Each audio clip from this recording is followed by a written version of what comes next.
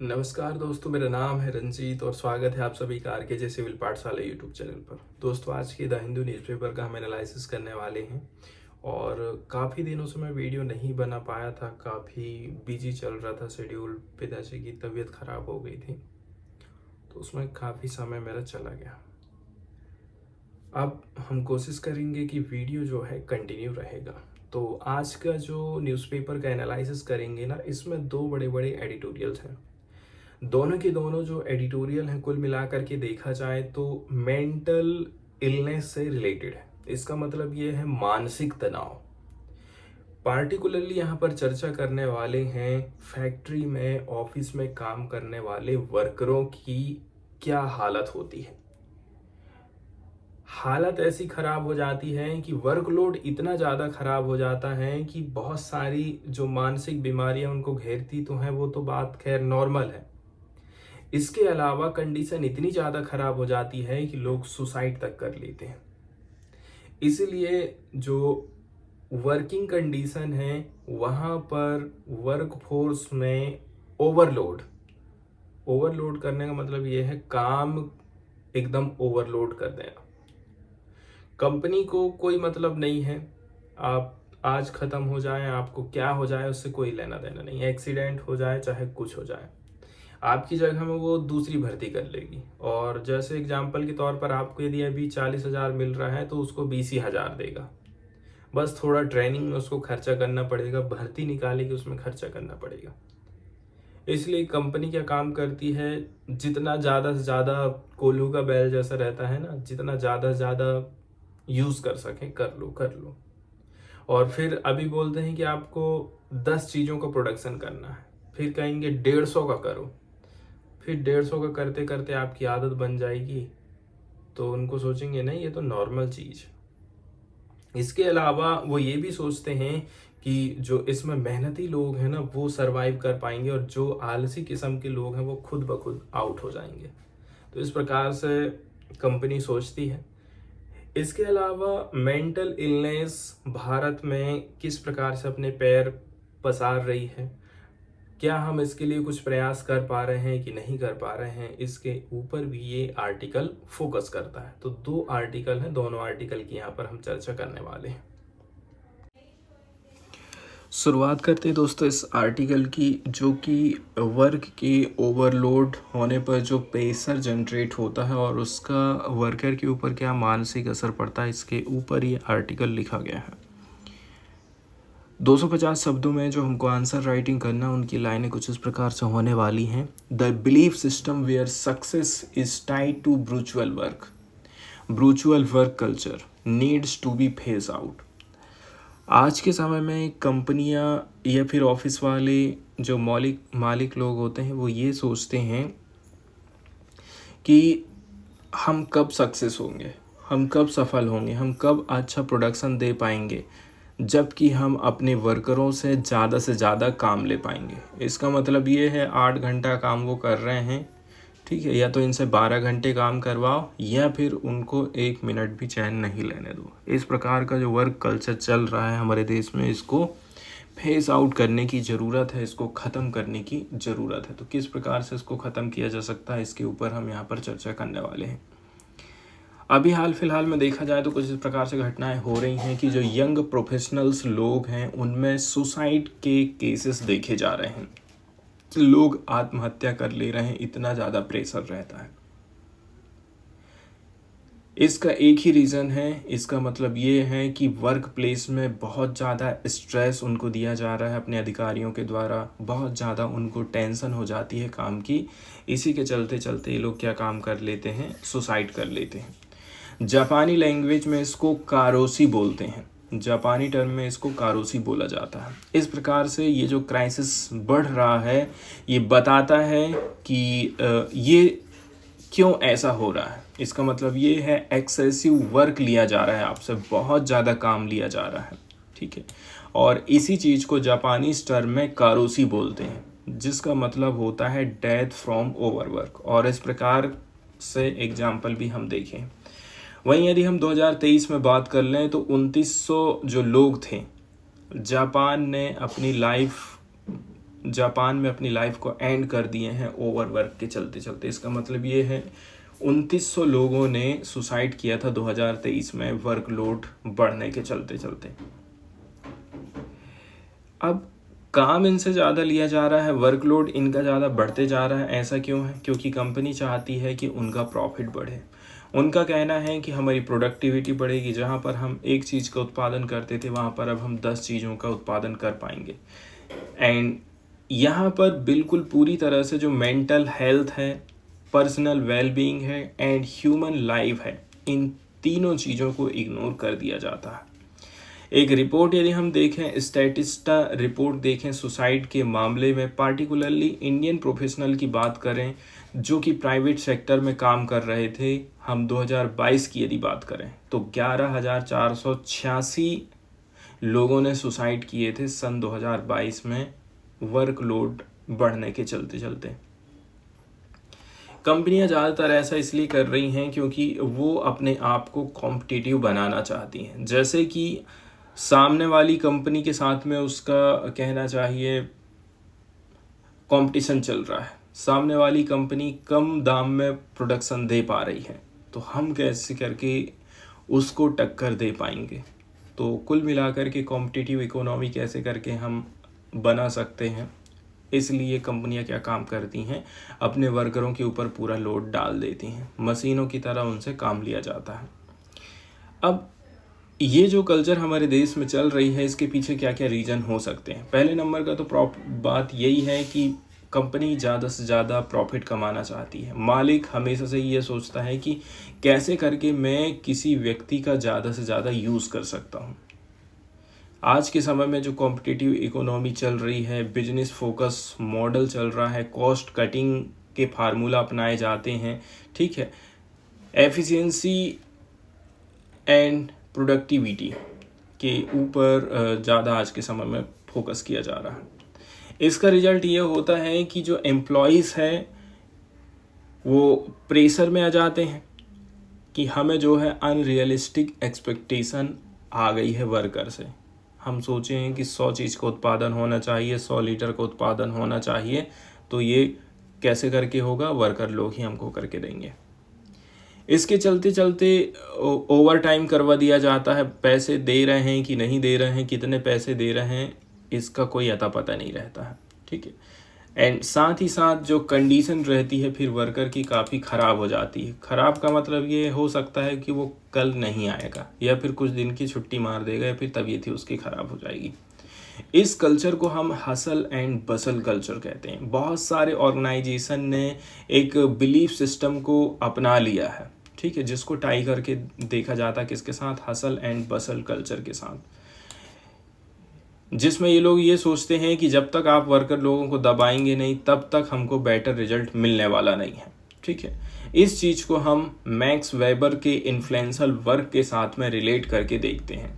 तो जो Protestant ethic and spirit of capitalism है, जिसको लिंक करके देखा जा रहा है कि आप हार्ड वर्क करवाइए इनके साथ में, ये एक मोरल वर्च्यू है। हार्ड वर्क तो लोगों को करना ही चाहिए, इसमें कौन सी बुरी बात है। वेबर के हिसाब से देखा जाए तो जो सक्सेस है एंड डेलीगेंस है, ठीक है, हम बात कर रहे हैं सक्सेस एंड डेलीगेंस की, मतलब मेहनत की, परिश्रम की, were not just science of professional capability but of moral worth. क्या बोला जा रहा है कि यदि हम सक्सेस की बात कर लें, यदि हम परिश्रम की बात कर लें, ठीक है, केवल पेशेवर क्षमता के संकेत नहीं थे बल्कि नैतिक मूल्य के भी संकेत थे। अब आज के समय में देखा जाए, ये जो चीज़ है, ये जो कॉन्सेप्ट है ना ओवरवर्क की, बहुत सारे सेक्टर में तेज़ी के साथ में फैल रही है, चाहे वो हाई टेक इंडस्ट्री ही क्यों ना हो, जैसे कि टेक्नोलॉजी का मामला है, फाइनेंस एंड लॉ है, यहाँ तक हम देख रहे हैं कि जो हार्ड वर्क है, ओवरवर्क है, उसको सेलिब्रेट किया जा रहा है, ग्लोरीफाई किया जा रहा है आज के समय में।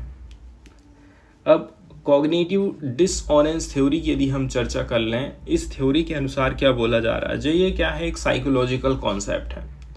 ये हमें हेल्प करता है, इससे हम समझ पाते हैं कि कैसे करके जो एम्प्लॉयर्स हैं वो जस्टिफाई कर पाते हैं दिस ग्रोइलिंग वर्क एनवायरनमेंट को, ठीक है। तो जो कॉग्निटिव संज्ञानात्मक असंगति सिद्धांत होता है, ये एक मनोवैज्ञानिक अवधारणा होती है जो ये समझाने में मदद करती है कि जो नियोक्ता है या फिर जो कंपनी का मालिक है इस कष्टकारी कार्य वातावरण को किस प्रकार से उचित ठहराते हैं। इसको हम बोलते हैं क्या चीज? Cognitive dissonance theory. एक बार में आपसे 100 चीज़ों का उत्पादन लेना चालू कर देंगे ना, पहले आप जो है 70-80 रेल करते थे, अब बोलने लग जाएंगे आपको 100 रेल करना है। अब इसको वो नॉर्मल चीज़ बना देंगे, कहेंगे कि 100 ही आप रोज करना है आपको, ठीक है। इसके बाद जो एम्प्लॉयर्स रहते हैं वो क्या काम कर देते हैं, इसको रैशनलाइज करना चालू कर देते हैं, इट एज बेनिफिशियल और even essential for organizational growth. अब इसको बोल देते हैं कि मुझे यदि फ़ायदा तभी होगा जब मैं 100 रेल करूँगा, या फिर मेरा ऑर्गेनाइजेशन आगे कब बढ़ पाएगा, जब 100 रेल का प्रोडक्शन होगा। इसके बाद क्या होता है, इससे क्या चीज़ हमको देखते हैं कि भाई जो कमज़ोर लोग हैं, जो विकलांग लोग हैं, या फिर जो लोग आलसी लोग हैं, उन लोगों की कंपनी छटनी भी कर सकती है। छटनी भले ही ना करे, लेकिन ऐसे लोग जिनकी मानसिकता ये थी कि हमसे बहुत ज़्यादा ओवरलोड ले रहे हैं, हम ज़्यादा मेहनत का काम नहीं करना, थोड़ा हमको आराम चाहिए, तो ऐसे लोगों की छटनी हो जाती है या फिर वो अपने आप ही काम छोड़ देते हैं। लेकिन इन सारी चीज़ों को तो हम देख ही रहे हैं, हम यहाँ पर नहीं देखते हैं किस चीज़ को, कि इसका क्या असर पड़ रहा है वर्कर के ऊपर, ठीक है। क्या असर पड़ रहा है इसके बारे में कंपनी कभी नहीं सोचती है, ना ही सरकारें इसके बारे में ज़्यादा ध्यान देती हैं।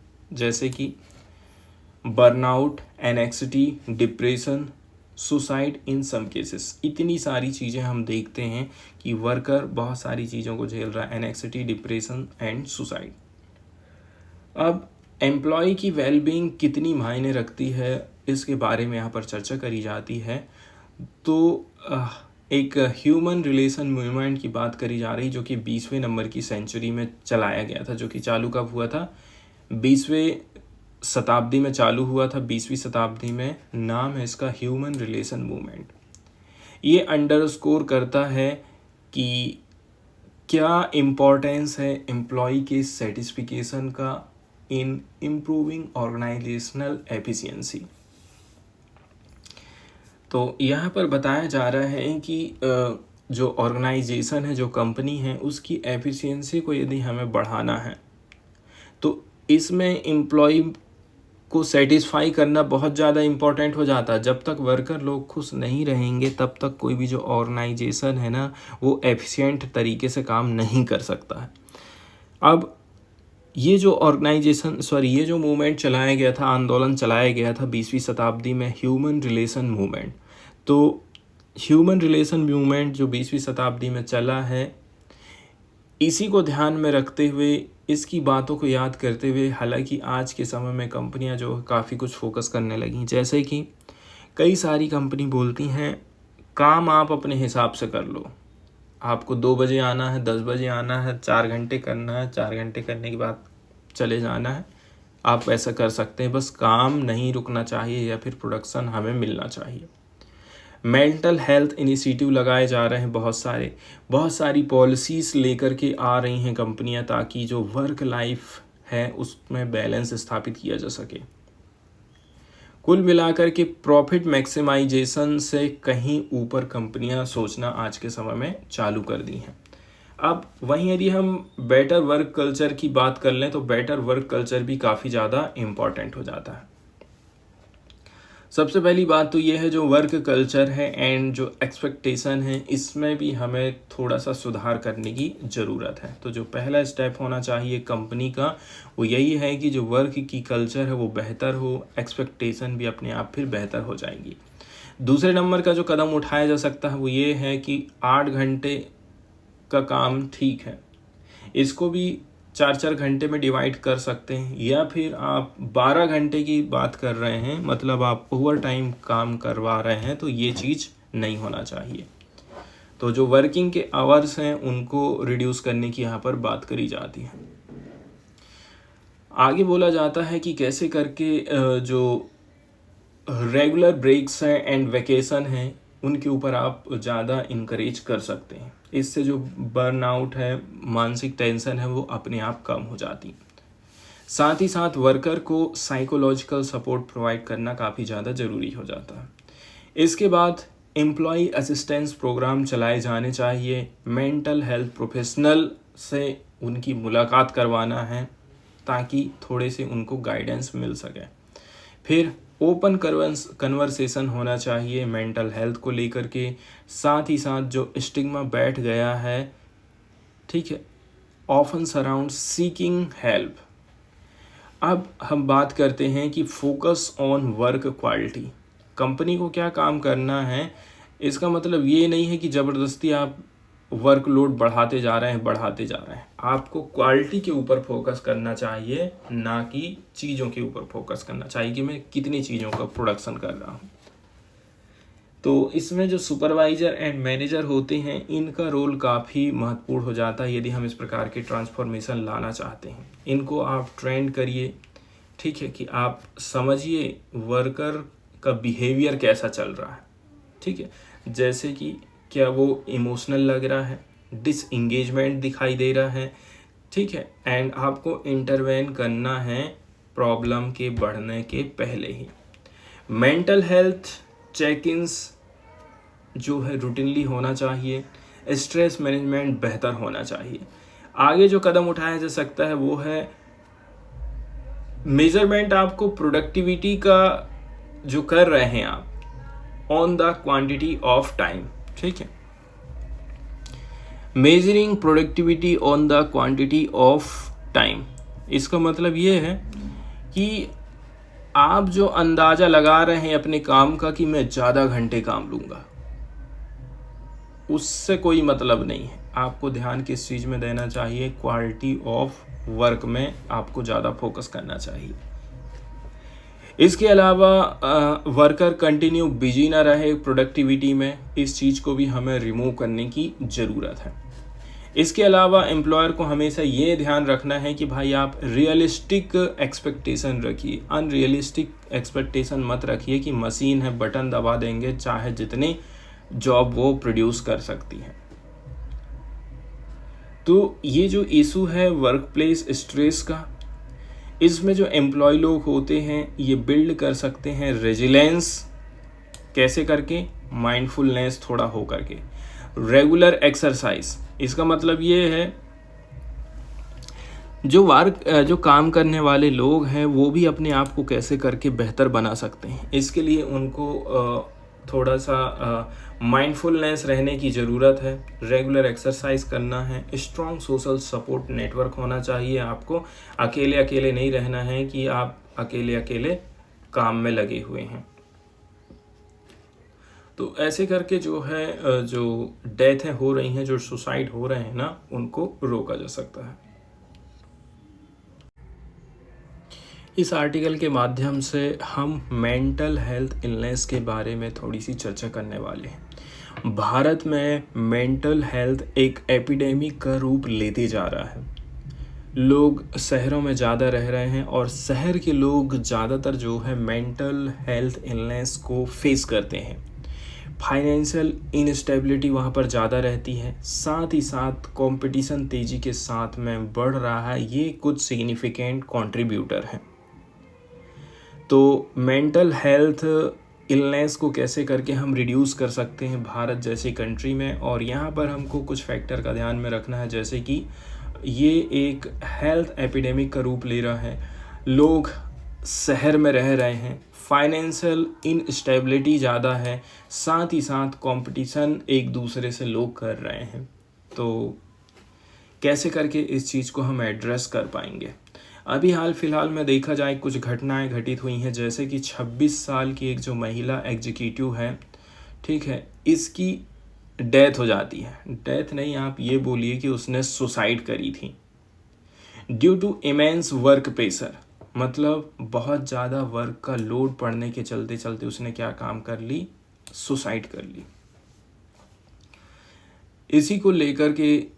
इसी मुद्दे को लेकर के ये जो टॉपिक है ना, काफ़ी कहना चाहिए सुर्खियों में रहा है। एक और एग्जाम्पल देखते हैं जहाँ पर 38 साल की जो सॉफ्टवेयर इंजीनियर है, 38 ईयर जो ओल्ड सॉफ्टवेयर इंजीनियर है, ठीक है, 15 साल से काम कर रहा था एक चेन्नई बेस्ड फर्म में, उसने एंड कर दिया है उसकी लाइफ को। He was on medication for depression caused by work stress. अब बोला जा रहा है कि वो क्या काम कर रहा था, उसने छुट्टी ले लिया था या फिर छुट्टी नहीं भी लिया है ना, तो उस समय में उसका मेडिकेशन चल रहा था। मतलब वो सोच रहा था कि प्रेशर इतना ज़्यादा, टेंशन इतना ज़्यादा हो गया है ना, मेरे को इलाज करवाना ही पड़ेगा तब जा कर के मैं ठीक हो सकता हूँ। और पता चला कि उसने सुसाइड कर लिया, एंड कर लिया अपनी लाइफ को। तो हमारे देश में इस प्रकार की जो घटनाएं हैं ना काफ़ी ज़्यादा बढ़ गई हैं, जहाँ पर सक्सेस को देखा जाता है प्रोडक्टिविटी एंड मटेरियल वेल्थ के तौर पर। इसका मतलब ये है, कोई एक कंपनी है, वो सोच रही है कि मैं कब सक्सेस होंगी। हीरो होंडा एक कंपनी है, उसको दूसरी कंपनी के साथ में कंपटीशन बहुत ज़्यादा करना पड़ जा रहा है। अब वो कैसे करके सक्सेस हासिल करेगी, तो इसके लिए वो क्या काम करती है, वो सोचती है कि हम ज़्यादा से ज़्यादा काम लेंगे अपने वर्कर से, तब हम जा कर के सक्सेस हो पाएंगे। हमारे पास में ज़्यादा से ज़्यादा मटेरियल वेल्थ होना चाहिए, तब जा कर के हम सक्सेस हो पाएंगे। यही सारी कुछ ऐसी चीज़ें हैं जिसके चलते चलते लोग डिप्रेशन से लड़ाई करते रहते हैं, एनेक्सिटी वाला लाइफ जीते रहते हैं। India is currently witnessing A surge in mental health disorder. Bharat में मेंटल हेल्थ डिसऑर्डर के केसेस तेज़ी के साथ में बढ़ रहे हैं। जैसे कि 197 मिलियन लोग, लैंसेट साइकेट्री कमीशन की रिपोर्ट की यदि हम बात कर लें तो 197 मिलियन लोग ऐसे हैं जो कि सफ़र कर रहे हैं इस प्रकार की कंडीशन से। मतलब डिप्रेशन के शिकार हैं, एनेक्सिटी के शिकार हैं, सब्सटेंस अब्यूज़ के शिकार हैं। ऐसा इसलिए हो रहा है क्योंकि लोग ग्रोथ एंड वर्क की बात करते हैं। तो ग्रोथ को सीधे सीधे देखा जाता है वर्क प्रेशर के साथ में। मतलब ज़्यादा से ज़्यादा प्रेशर डालो, ज़्यादा से ज़्यादा हमारी ग्रोथ होगी।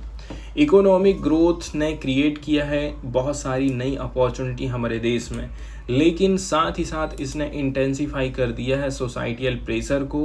पर्सनल एक्सपेक्टेशन भी लोगों से बढ़ गई हैं। मतलब हमारी देश की जो इकोनॉमी, हम सोच रहे हैं कि ये 5 ट्रिलियन इकोनॉमी हो जाए, तो जो 5 ट्रिलियन इकोनॉमी है वो ऐसे ही नहीं होने वाली है। इसमें भी आपको ये ध्यान में रखना है कि जो मेन योगदान रहने वाला है वो वर्करों का ही रहने वाला है। कंपनी का, सरकार का यहाँ पे कोई लेना देना, खून पसीना जो है वर्कर लोग ही बहाएंगे। यहाँ पर 2 लोगों का उल्लेख किया जाता है, ठीक है, एक तो अरस्तु का और दूसरा सुकरात का।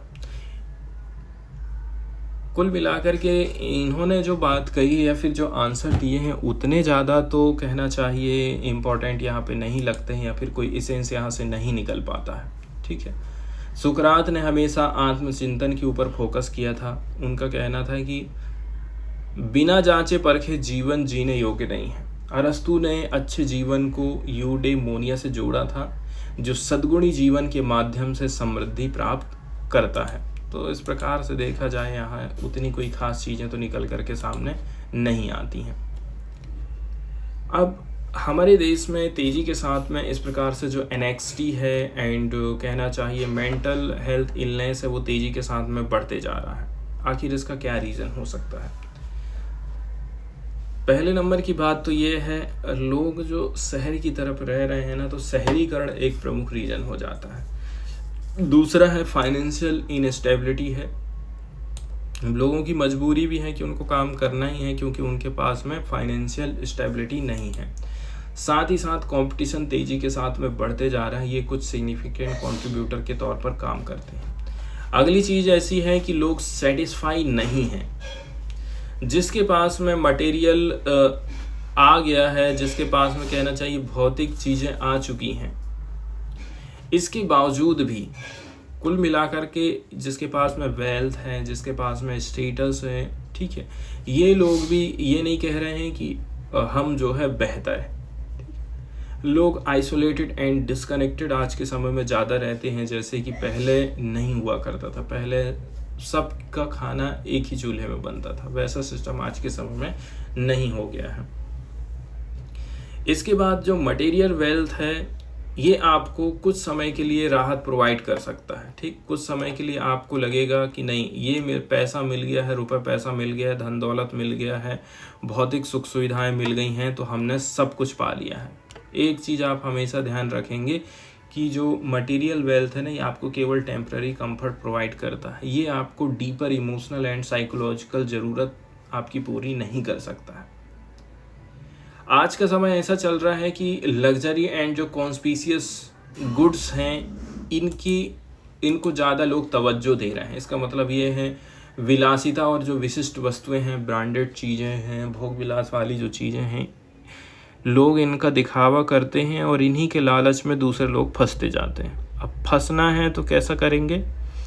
फंस गए हैं तो उनको पैसा कमाना पड़ेगा। पैसे कमाने के चक्कर में ही फिर वही है, वर्कलोड बढ़ जाता है, ओवर टाइम काम करना है, कभी कुछ डिमांड आ रही घर से, कभी कुछ डिमांड आ रही घर से, तो ये सारी चीज़ें कैसे करके पूरी हो पाएंगी? विलासिता वाली जो स्पेशल ब्रांडेड जो चीज़ें हैं, इनको आप कब पूरा कर पाएंगे? जब आपको एक्स्ट्रा काम करना पड़ेगा। कुल मिलाकर के जो एफ्लुएंस है वो हमेशा से ही कहना चाहिए कंटिन्यूस चलते जाता है। समृद्धि के ही तरफ लोग जिंदगी भर भागते रहते हैं। तो ये जो सारी चीज़ें हैं, ये किसी भी इंडिविजुअल को जो एसेंशियल एलिमेंट है मीनिंगफुल लाइफ के, उनसे अलग कर दी थी। जैसे कि लोग सेल्फ अवेयरनेस की तरफ नहीं आगे बढ़ पा रहे हैं, पर्पस एंड मीनिंगफुल रिलेशनशिप ख़त्म हो जाती है। कैसे करके? क्योंकि आप जो है समृद्धि की तरफ ही आगे बढ़ रहे हैं। अब इन सारी चीज़ों को एड्रेस यदि हमको करना है, इस क्राइसिस से यदि हमको मुक्ति पाना है, तो हमको क्या करना चाहिए? पहले नंबर की बात यह है, इंडिविजुअल सक्सेस की तरफ आप ध्यान मत दीजिए, कलेक्टिव वेलबींग के ऊपर ज़्यादा फोकस करिए। दूसरे नंबर की बात यह है, वर्क लाइफ में बैलेंस होना चाहिए, लीगल प्रोटेक्शन इसके लिए हमको मिलना चाहिए। सरकार ने निर्धारित कर दी है 8 घंटा, तो 8 घंटा ही, कोई 9 घंटा ले रहा, कोई 12 घंटा ले रहा, कोई 24 घंटा कर रहा है और पैसा उस हिसाब से नहीं मिल रहा है, ना ही हेल्थ के ऊपर ध्यान दिया जा रहा है, तो इसको लीगली कहना चाहिए, रोका जाना चाहिए, कानूनी तौर पर इसको अपराध घोषित करना पड़ेगा। अब जैसे कर्नाटक ने एक बिल पारित कर दिया था, उसने बोला कि नहीं, कंपनी कब अच्छा प्रोडक्शन कर पाएगी, हमारे यहाँ पर कहना चाहिए विदेशी इन्वेस्टमेंट कब आएगा, यदि आप यहाँ वर्करों से 12 घंटे काम लें, उससे ज़्यादा घंटे काम लें। अब 12 घंटे काम लेंगे तो आपको वर्करों की कम ज़रूरत पड़ेगी। एक ही वर्कर से आप ज़्यादा काम ले रहे हैं, तो कंपनी सोचेगी कि हम यहीं पर अपनी फैक्ट्री डालेंगे। तो कुल मिलाकर के यहाँ पर जो वर्कर लोग हैं, उनके खून को चूसने की बात करी जाती है इस बिल के माध्यम से। कर्नाटक ने जो बिल पारित किया था, उसका नाम था Karnataka shops and commercial establishment amendment bill 2024। तो Karnataka shops and commercial establishment bill जो आया था, इसने बोला था कि आप 12 घंटा एक दिन में, मतलब 125 घंटे 3 महीने में आप उनसे काम ले सकते हैं। लेकिन ये सारी चीज़ें कभी सक्सेस नहीं होने वाली हैं। ब्राज़ील का एग्जाम्पल दिया जाता है। ब्राज़ील के जो कम्युनिटी गार्डन बनाए गए हैं, ये जो वहाँ के रेसिडेंट्स लोग हैं, निवासी लोग हैं, उनको काफ़ी हेल्प करते हैं, वो उनको रिकनेक्ट करने का काम करते हैं। ये लोग रिस्पॉन्सिबिलिटी को शेयर करते हैं, साथ ही साथ जो सेंस ऑफ बिलोंगिंग है, इसको बढ़ावा देते हैं। कुल मिलाकर के देखा जाए, फोकस जो हमारा होना चाहिए वो किसकी तरफ में होना चाहिए, वो कम्युनिटी ओरिएंटेड होना चाहिए।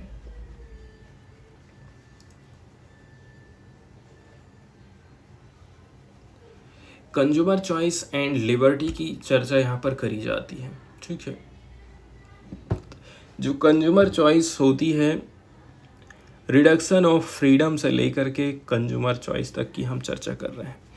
इंडिया के जो middle class expands many equate their ability two by goods with personal freedom.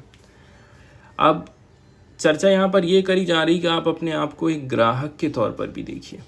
ठीक है, हमारे देश में ऐसा सोचा जाता है कि कौन ज़्यादा, जो लोग जितनी ज़्यादा से ज़्यादा चीज़ें खरीद सकते हैं, ठीक है, इसका मतलब वो लोग उतने ही ज़्यादा समृद्ध हैं। हालांकि ये जो है पर्सनल फ्रीडम है एंड उनकी सक्सेस है। However, this perspective prioritizes material wealth over deeper values such as equality and fraternity. लेकिन हमारे देश में असमानता बढ़ते जा रही है। असमानता की जगह में ये चीज़ अपने पैर पसारते जा रही है, ठीक है। लोग ज़्यादा से ज़्यादा चीज़ें खरीदते हैं और उसको अपना एक स्टैंडर्ड बना लेते हैं, जैसे कि शादी ब्याह में कैसे खर्चा होता है ज़्यादा से ज़्यादा, बच्चों की पढ़ाई लिखाई में कैसे ज़्यादा से ज़्यादा पैसा खर्चा होता है। प्राइवेट स्कूल में डाल दो, सरकारी स्कूल खोले गए, सरकारी स्कूल में भी अच्छी पढ़ाई होती है, लेकिन वहाँ नहीं पढ़ाना है क्योंकि हमें मटेरियल वेल्थ की तरफ जाना है या फिर अपनी एबिलिटी को दिखाना है लोगों को। तो ये आज के समय में एक स्टैंडर्ड बनते जा रहा है। बाइंग पावर को हैप्पीनेस के तौर पर देखा जा रहा है। कोई 6 लाख की गाड़ी खरीद रहा है, कोई 8 लाख की गाड़ी खरीद रहा है, तो वो ज़्यादा खुश है क्योंकि उसने ज़्यादा महंगी गाड़ी खरीदा है, या फिर ज़्यादा महंगे महंगे वो कपड़े ले रहा है, या फिर ज़्यादा बड़ी उसकी नौकरी है। हमको प्रायोरिटी देना पड़ेगा कनेक्शन की तरफ, कमिटी की तरफ, इक्विटी की तरफ। मतलब कुल मिलाकर के सामाजिक तौर पर लोगों को जुड़ने का यहाँ पर संकेत दिया जाता है। बहुत सारे प्रोग्राम ऐसे हैं जो कि प्रमोट करते हैं माइंडफुलनेस को, सोशल इमोशनल लर्निंग को, कम्युनिटी लिविंग को, मेंटल हेल्थ अवेयरनेस को। ये काफ़ी इसेंशियल हो जाते हैं जो कि क्रिएट करते हैं एक ऐसे कल्चर को जो कि वैल्यू देता है मेंटल वेलबींग की। एडिशनली बात यह है जो सामाजिक पॉलिसीज़ होती हैं, जो सोशल पॉलिसीज़ हैं, ठीक है, जो समाज की नीतियाँ हैं, समाज की जो स्कीम हैं, असमानता को कम करने वाली और मानसिक स्वास्थ्य सहायता प्रदान करने वाली सामाजिक योजनाओं को हम कह सकते हैं कि ये हमारे यहाँ पर संकट को दूर कर सकते हैं, ठीक है। और सबसे ज़्यादा आपको ये ध्यान रखना है कि हमारी अच्छी लाइफ है क्या। अच्छा जीवन ये नहीं है कि भाई हम कितना खरीद पा रहे हैं, कितना हासिल कर पा रहे हैं, बल्कि इसका मतलब ये होता है कि हम अपने आप से, अपने समुदाय से और अपने पर्यावरण से कैसे करके संबंध रख रहे हैं। ये चीज़ होता है अच्छा जीवन। तो कम्युनिटी, इक्वालिटी एंड हमारी मानसिक वेलबींग, इन सब चीज़ों को प्राथमिकता हमको देना है। इससे हम अधिक स्वस्थ, अधिक जुड़े हुए समाज का निर्माण कर सकते हैं जहां लोग समर्थित और मूल्यवान महसूस करेंगे। मतलब मानसिक स्वास्थ्य संकट के मूल कारणों का समाधान हमको करना है, तब जाकर के हम सभी के लिए अधिक सार्थक और संतुष्टिदायक भविष्य का मार्ग प्रशस्त कर सकते हैं। न्यूज़ वाले आर्टिकल की यदि हम तरफ देखें दोस्तों, तो पहला जो आर्टिकल यहाँ पर हम डिस्कस करने वाले हैं ये नोबेल प्राइज़ से रिलेटेड है। 2024 का फिजिक्स का जो नोबेल प्राइज़ है वो किन किन को दिया गया है, तो ये दिया गया है जॉन हाफील्ड और जोफ्री हिंटन को, ठीक है। इसका ऐलान किया गया था royal Swedish academy of sciences Stockholm, Sweden में। इस साल के नोबेल पुरस्कार विजेताओं में ये 2 चेहरे काफ़ी फेमस रहे हैं, पार्टिकुलरली फिजिक्स के मामले में। इन्होंने एक ऐसी थ्योरी का विकास किया, ऐसी मेथड का विकास किया है जो कि आज की शक्तिशाली मशीन लर्निंग का बेस बनी है। जॉन हॉपफील्ड ने एक एसोसिएटिव मेमोरी बनाई है जो डेटा में तस्वीरों और अन्य पैटर्न को संग्रहित करने और पुनर्निर्माण करने में सक्षम है। वहीं जोफ्री हिंटन ने क्या काम किया था, उसने ऐसी विधि का आविष्कार किया था जो कि स्वतः डेटा में गुणों की पहचान कर सकती है, जिससे ये तस्वीरों में विशिष्ट तत्वों की पहचान करने में सक्षम हो जाती है। तो इस प्रकार के काम इनके द्वारा किए गए हैं। कुल मिलाकर के देखा जाए, भौतिकी का जो नोबेल पुरस्कार है, इसके साथ ही साथ जो 11 मिलियन स्वीडिश क्रोनर है, मतलब 8.3 करोड़ की नकद राशि भी इनको प्रोवाइड करी जाती है। ये पैसा कहाँ से दिया जा रहा है? स्वीडिश आविष्कारक अल्फ्रेड नोबेल की जो संपत्ति है उसमें से ये पैसा दिया जाता है। कुल मिलाकर के अभी तक देखा जाए तो 118वीं बार भौतिकी में नोबेल पुरस्कार प्रोवाइड किया गया है। साल 1901 से 2024 के बीच में 227 नोबेल पुरस्कार विजेताओं को इनाम दिया गया है। 118 बार भौतिकी में नोबेल पुरस्कार प्रोवाइड किया गया है। जॉन बार्डिन एकमात्र पुरस्कार विजेता हैं जिन्हें 1956 और 1972 मतलब दो दो बार फिजिक्स में हम ये पुरस्कार दिए हैं।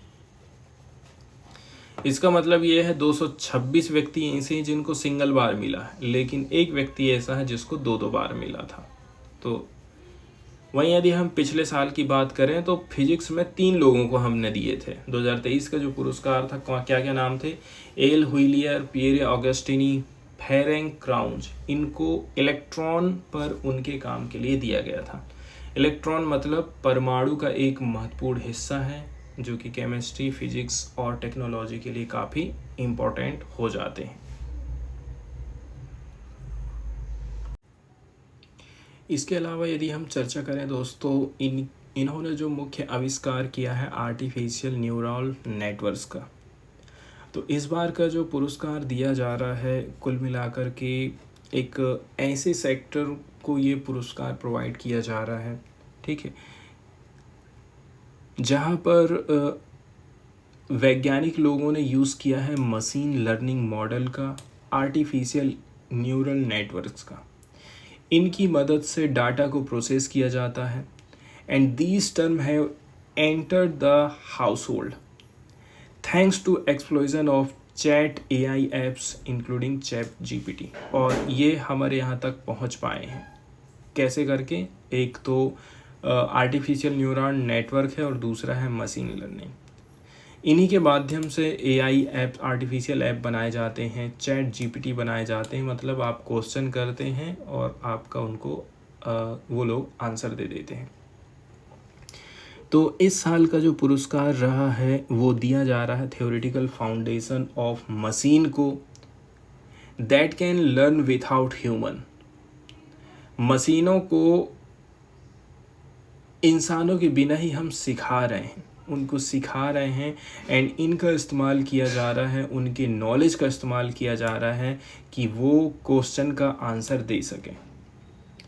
इसी को ANN शॉर्टकट में बोलते हैं। ANN का मतलब ये है, इसमें हमने बहुत सारे न्यूरॉन्स का इस्तेमाल किया है या फिर मोर ब्रॉडली नोड्स का इस्तेमाल किया है जो कि डाटा को प्रोसेस कर पाते हैं कनेक्टेड इन स्पेसिफिक वे। इनको हमने अलग अलग जगह में स्पेसिफिक तरीके से कनेक्ट कर दिया है। तो यहाँ पर न्यूरॉन्स या फिर नोड की बात करी जा रही है कंप्यूटर की लैंग्वेज में। एंड जो रिकरेंट न्यूरल नेटवर्क होता है, यहाँ पर जो इन्फॉर्मेशन होती है ये फ्लो हो सकती है आगे भी पीछे भी। वही जैसे कि मैं क्वेश्चन कर रहा हूँ, मुझे आंसर मिल रहा है, आगे पीछे रिकरेंट न्यूरल नेटवर्क जिसको बोला जाता है। तो जो प्रोफेसर हॉपफील्ड हैं जो कि प्रिंसटन यूनिवर्सिटी US में काम करते हैं, इनको क्रेडिटेड दिया जाता है कि इन्होंने हॉपफील्ड नेटवर्क का आविष्कार किया है। ये एक रिकरेंट न्यूरल नेटवर्क का उदाहरण है। मतलब इसके जो न्यूरॉन्स होते हैं वो लर्न करेंगे सबसे पहले, फिर प्रोसेस करेंगे इंफॉर्मेशन को बेस्ड ऑन हेबियन लर्निंग। ये भी किस पर आधारित है? हेबियन लर्निंग मॉडल पर आधारित है। ये मतलब एक आइडिया होता है न्यूरोसाइकोलॉजी का। मतलब यदि एक न्यूरॉन रिपीटेडली ट्रिगर्स करता है सेकंड को, the connection between two becomes stronger. मतलब एक ने दूसरे को टच किया है तो अब दोनों ने मजबूती से एक दूसरे को पकड़ लिए, कनेक्शन और भी ज़्यादा यहाँ पर स्ट्रॉन्ग होते जा रहा है। इस पर आधारित है ये मॉडल इनका। अब इसके कुछ रूल्स बताए जाते हैं कि हॉपफील्ड नेटवर्क का क्या रूल्स हो सकता है। तो ये जो रहते हैं फिजिक्स पर आधारित है। मतलब physics of A group of atom, जो परमाणु होते हैं उनके ग्रुप, उनके समूह पर आधारित होते हैं इसके rules. Each producing its own small magnetic field. ये लोग क्या काम करते हैं? प्रत्येक का एक मैग्नेटिक फील्ड होता है, जैसे कि उत्तरी ध्रुव, दक्षिणी ध्रुव जो हम पढ़ाई किए थे, ठीक उसी प्रकार से। The process network the processes the network perform to complete an incomplete pattern or to denoise an image are the same ones that by analogy would reduce the total energy of the magnetic atom। इसके बाद में कैसे करके image का निर्माण किया जा सकता है, ठीक है, मैग्नेटिक एटम्स की एनर्जी के माध्यम से। इसके बाद नेक्स्ट वाली जो न्यूज़ हम देखने वाले हैं ये ट्रैकोमा की बीमारी से रिलेटेड है। पार्टिकुलरली ये जो बीमारी होती है ये आँखों का एक इन्फेक्शन होता है जो कि एक बैक्टीरिया के चलते चलते होता है, ठीक है। और ये बैक्टीरिया का नाम है क्लेमाइडिया ट्रैकोमेटिस, ठीक है, जिसके चलते चलते हमको इरिवर्सिबल ब्लाइंडनेस देखने को मिलता है यदि हम इसका ट्रीटमेंट अच्छी तरह से नहीं कर पाते हैं। अब इसका जो फैलाव है कई सारे तरीक़ों से हो सकता है, जैसे कि आइज़ के माध्यम से, हमारी जो आईलिड्स होती हैं, नोज़ है, थ्रोट्स का जो सिक्रेशन है इन्फेक्टेड इंडिविजुअल का, उसके माध्यम से भी फैल सकता है। इसको कैटेगराइज किया जाता है as a neglected tropical disease के तौर पर, एंड ये प्रभावित करता है लगभग 150 मिलियन पीपुल्स को पूरी दुनिया भर में ग्लोबली, जहां हम देखते हैं जो 6 मिलियन लोग ऐसे हैं जो कि ब्लाइंडनेस के रिस्क तक पहुंच जाते हैं। ट्रैकोमा की जो बीमारी है वो ब्लाइंडनेस मतलब अंधापन का एक सबसे बड़ा रीज़न था इंडिया में 1950 और 60 के दशक में। इंडिया ने लॉन्च किया था नेशनल ट्रैकोमा कंट्रोल प्रोग्राम 1963 में, ठीक है।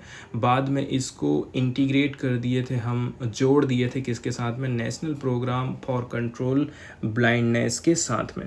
फिर 1971 में ट्रैकोमा के चलते चलते इंडिया में 5% अंधापन हो रहा था, आज के समय में जो कि रिड्यूस होकर के लेस देन 1% हो गया है। कैसे करके, national programme for control of blindness and visual impairment program चलाए हैं, WHO की तरफ से सेफ स्ट्रेटजी अपनाई गई है, एंड इंडिया को डिक्लेयर किया गया था फ्री फ्रॉम इफेक्टिव ट्रैकोमा इन 2017 में, विथ ऑनगोइंग सर्विलांस फ्रॉम 2019 से लेकर के 2024। अभी हालांकि देखा जाए सर्विलांस चल रहा है, इस बार फिर से हमको फ्री घोषित कर दिया गया है WHO की तरफ से। अब न्यूज़ में क्या चीज़ दिया है, WHO ने बोला है कि इंडिया ने एलिमिनेट कर दिया है ट्रैकोमा की बीमारी को। ये चीज़ हमको पता चली है, साइमा वैजेड रीजनल डायरेक्टर है WHO की साउथ ईस्ट एशिया की, इन्होंने ट्यूसडे के दिन बताया है। तो UN जो हेल्थ बॉडी है इसने अनाउंसमेंट किया है कि इंडिया 3rd कंट्री बन गई है साउथ ईस्ट एशिया रीजन की जो कि इस जगह तक पहुंच पाई है, पब्लिक हेल्थ माइलस्टोन को हासिल कर पाई है, एंड इसके लिए कॉन्ग्रेचुलेसन दिया जाता है गवर्नमेंट ऑफ इंडिया को जिसने अचीव किया है एलिमिनेशन ऑफ ट्रैकोमा की बीमारी को as a public health problem के तौर पर। इंडिया इस चीज़ को सक्सेसफुली कहना चाहिए हासिल कर पाया है। इसका मतलब ये है हमारी स्ट्रॉन्ग लीडरशिप रही है गवर्नमेंट की, कमिटमेंट रहा है ऑप्थेमोलॉजिस्ट का and other cadre of health care workers का। उन्होंने आपस में मिलकर के काम किया है विथ पार्टनर्स ताकि इंश्योर किया जा सके इफेक्टिव सर्विलांस को, डायग्नोसिस को, मैनेजमेंट ऑफ एक्टिव ट्रैकोमा को।